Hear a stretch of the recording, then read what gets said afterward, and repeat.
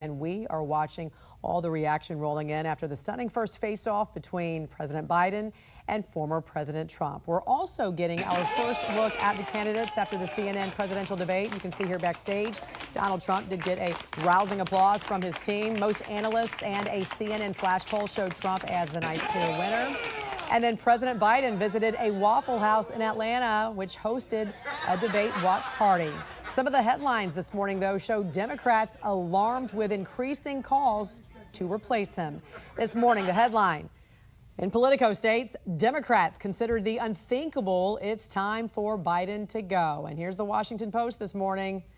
Democrats panic over Biden's debate performance, doubt his future. The National Desk's Matt Galka is in Atlanta with the debate's big moments.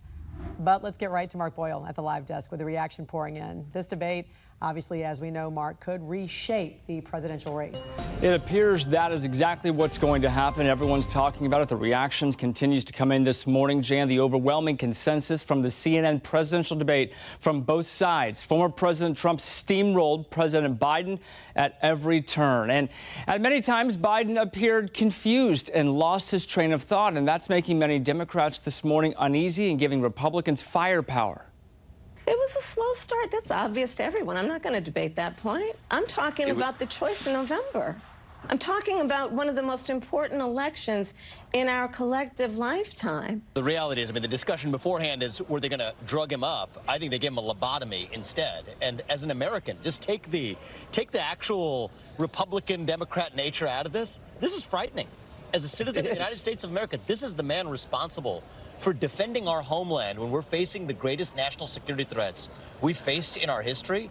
That's downright frightening regardless of the debate.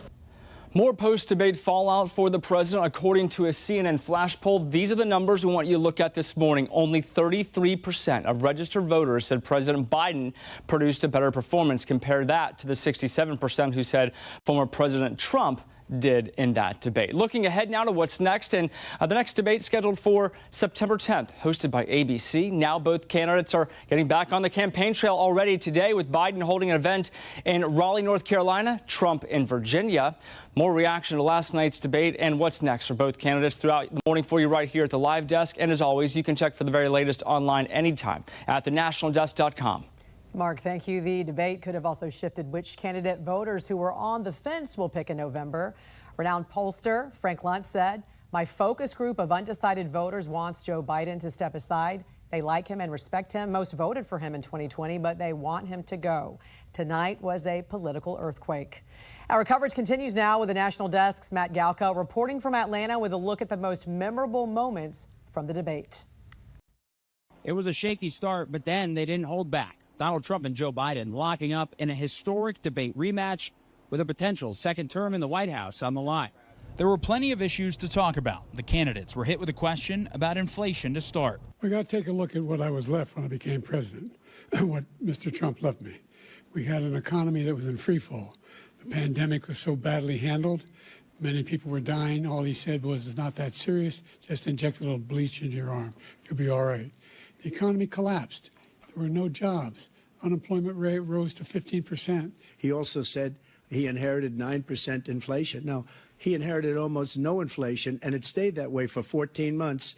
And then it blew up under his leadership because they spent money like a bunch of people that didn't know what they were doing, and they don't know what they were doing. The two also trading jabs over the border crisis. Because of his ridiculous, insane, and very stupid policies, people are coming in and they're killing our citizens at a level that we've never seen. We call it migrant crime.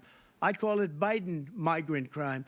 When he was president, he was separating babies from their mothers, putting them in cages, making sure the families were separated. Then it was abortion, with Donald Trump taking credit for the Supreme Court justices who overturned Roe versus Wade. The Supreme Court just approved the abortion bill, and I agree with their decision to have done that, and I will not block it.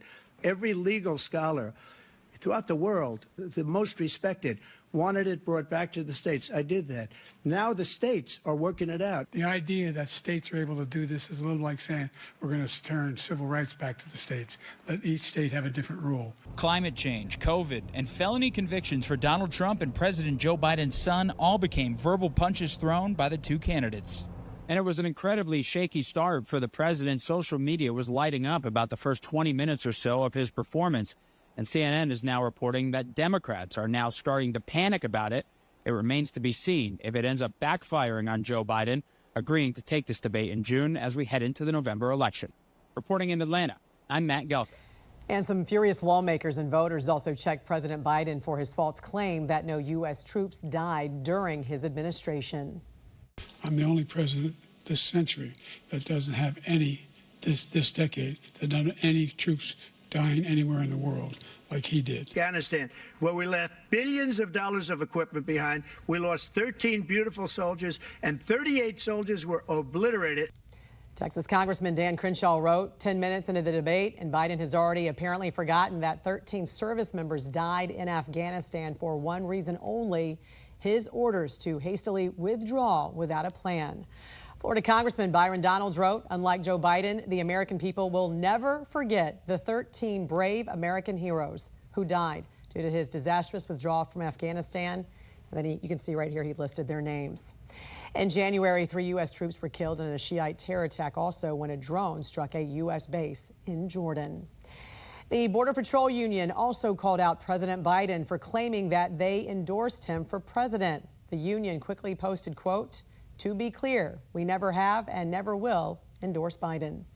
The border crisis, a hot topic, with former President Trump calling out the rise in high-profile crimes involving illegal migrants who entered the country during the administration. People are coming in and they're killing our citizens at a level that we've never seen. We call it migrant crime. These 3 incredible young girls over the last few days, one of them, I just spoke to the mother, and they just had the funeral for this girl, 12 years old. 2 illegal Venezuelan migrants are arrested for the murder of 12-year-old Jocelyn Nungary. They face capital murder charges and are each being held on $10 million bond. Yesterday, hundreds of loved ones and friends did pack a Houston funeral home to say goodbye to Jocelyn. Several family members called for the borders to be closed and demanded justice for her. First and foremost, I just wanted to say I love you, Jossie, and we will see you again, I promise. And we will get them, and they will get what they deserve. There were so many heart-wrenching moments during the funeral, including one with Jocelyn's mother as she approached the casket and placed some white roses on it, preparing to say goodbye to her daughter, and you can see her there. In New York, an illegal migrant stands accused of killing a woman and dumping her body in a park. 21-year-old John Shagaguse Ilbis pleaded not guilty in court yesterday. Authorities say the Ecuadorian national strangled Jocelyn Toaquiza to death just days before her 21st birthday and left her body in a park in Syracuse. Shagaguse Ilbis illegally entered the U.S. last year. An illegal migrant also charged with raping a girl in a separate case in New York. 21-year-old Sakir Akan faces first-degree rape charges. New York authorities say the Turkish national raped a 15-year-old girl last month. He illegally entered the U.S. last year and was released into the country under President Biden's border policies. And we now know the suspect arrested in the murder of 2 people in a Chick-fil-A is an illegal migrant. Outside Dallas, Texas, serving police say 37-year-old Mendoza Argueta shot the 2 victims at a restaurant Wednesday. He illegally entered the U.S. from El Salvador. And this morning, headlines across the country reflecting concerns from Democrats about President Biden's chances of re-election after the debate with former President Trump. A headline from the Wall Street Journal stating this morning, Biden crashes against Trump. The story goes on to say, quote, the president appeared unsteady, the sort of showing Democrats feared the incumbent would deliver. At the same time, Biden's performance last night causing a firestorm online with the hashtag #SwapOutJoe going viral. Former 2020 Democratic presidential candidate Andrew Yang posted that the Democratic National Committee should choose another nominee.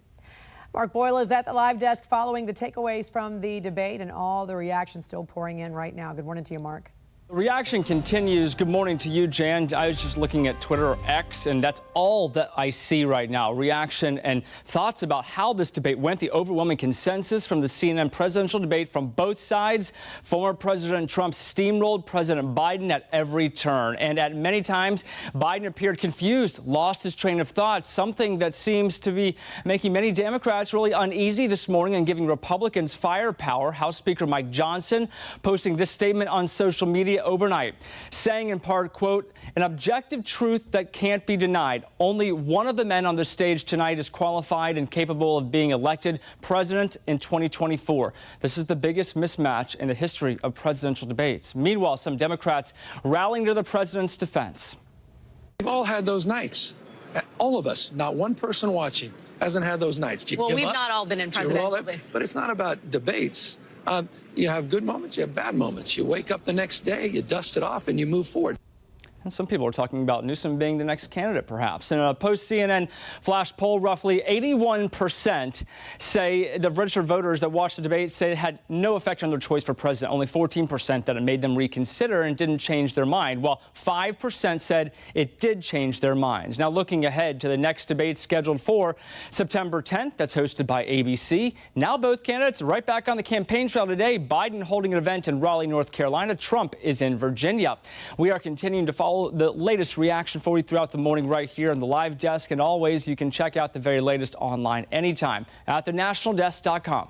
Mark, thank you. A majority of voters also feel like Trump did better than Biden last night. The CNN flash poll shows only 33% of registered voters said President Biden produced a better performance. That's compared to 67% who said Trump did. A key moment of last night's debate was Trump's response to one of Biden's campaign strategies. For months, Biden has said Trump is a, quote, threat to democracy because of January 6th.